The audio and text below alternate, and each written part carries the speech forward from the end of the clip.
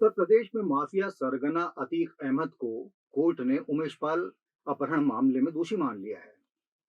ऐसी उम्मीद की जा रही है कि अतीक को सख्त से सख्त सजा मिल सकती है, क्योंकि उसका बहुत बड़ा आपराधिक पृष्ठभूमि है। उसकी खतरनाक किस्म की 100 से ज्यादा केसेस उसके खिलाफ दर्ज हैं, जिनमें हत्या जैसे मामले भी शामिल हैं। फिर भी एक बात का अनुमान लगाया जा सकता है, वो ये कि सख्त से सख्त सजा की अतीक को चिंता नहीं होगी, बल्कि उसे सिर्फ एक बात की फिक्र होगी कि अदालत जैसे ही सजा का ऐलान करे, उसके बाद जेल जाने तक वो सुरक्षित रहे, उसका वाहन न पलटे। जी हाँ, उत्तर प्रदेश सरकार खास तौर से अपने इस किस्म के तेवर के लिए काफी अलग पहचान रखने लगी है कि वहां अपराधियों को लेकर जा रहे वाहन पलट जाते हैं, और उसके बाद जो होता है वो सबको पता है। हमने विकास दुबे मामले में भी इसको देखा है। कई बार ऐसा लगता है कि जेल की सजा एक आम आदमी के लिए भले ही भयानक किसी सपने से कम ना हो, लेकिन अतीक जैसे लोगों के लिए ये सजा कई बार मजे के कारण बन जाती है, क्योंकि जेल के भीतर एक बात की गारंटी रहती कि उनकी जान सुरक्षित रहेगी। उनके खिलाफ जिस हिसाब से मामले दर्ज होते हैं, उससे उनकी लोगों से राइवलरी भी रहती है, और लोग उनकी जान के दुश्मन भी हो सकते हैं जेल के बाहर।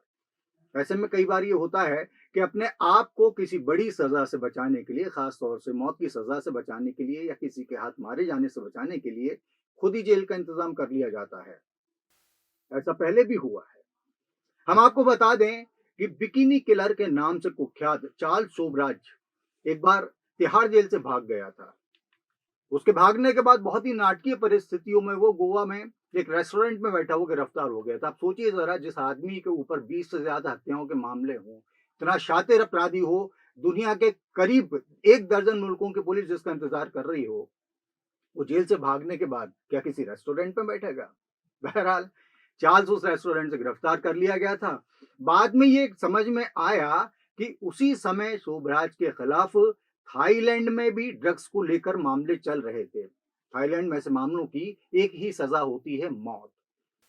कहा जाता है कि थाईलैंड जाने से बचने के लिए ही चार्ल्स ने तिहाड़ जेल से भागने का प्लान बनाया।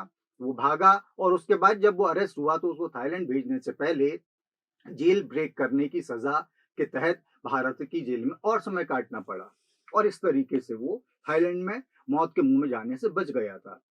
लेकिन हर कोई इतना किस्मत वाला नहीं होता। जेल कई ऐसे लोगों के लिए भी बहुत मजे का खेल होती है, जो अपने रसूख के चलते वहां बहुत आनंददायी जिंदगी बिता लेते हैं। इन्हीं में शामिल है बिहार का कुख्यात माफिया सरगना मोहम्मद शहाबुद्दीन। एक समय में राष्ट्रीय जनता दल का सांसद भी रह चुका था वो। उसके कारनामों की फहरिस्त इतनी लंबी है कि उसे अगर आप पढ़ने बैठे तो अंदर ही अंदर कांप उठेंगे कि कोई आदमी इतना क्रूर भी हो सकता है। बहरहाल शहाबुद्दीन को हत्या के मामले में दोषी पाया गया था, और उसके बाद उसे बिहार की जेल में भेज दिया गया। बस, बिहार जहां शहाबुद्दीन की मर्जी के बगैर पत्ता भी ना हिल पाता हो, अक्सर इस बात के कई प्रमाण हैं। वहां की जेल में उसे भला क्या तकलीफ हो सकती थी? मजे की जिंदगी बिता रहा था, ऐशो आराम के साथ उस जेल में रह रहा था। लेकिन बाद में मामला पलट गया और उसे तिहाड़ जेल शिफ्ट कर दिया गया। इसके साथ ही शहाबुद्दीन की वो स्थिति हुई कि उसने बीते साल कोरोना के चलते तिहाड़ जेल में दम तोड़ दिया।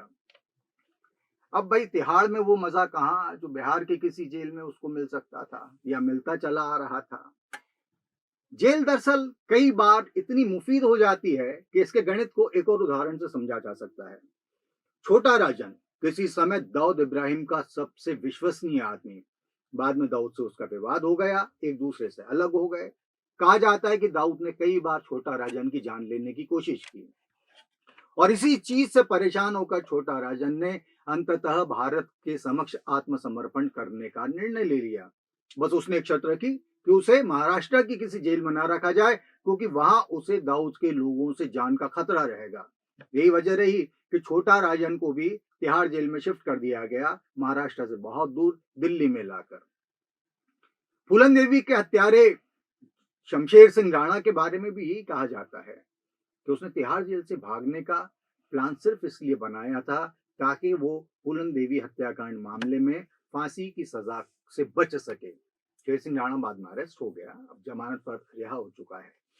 लेकिन इस तरीके के घटनाक्रम बताते हैं कि कई बार जेल का खेल भी बड़ा अपनी पसंद का हो जाता है, क्योंकि उसमें जान बचने का इंतजाम रहता है।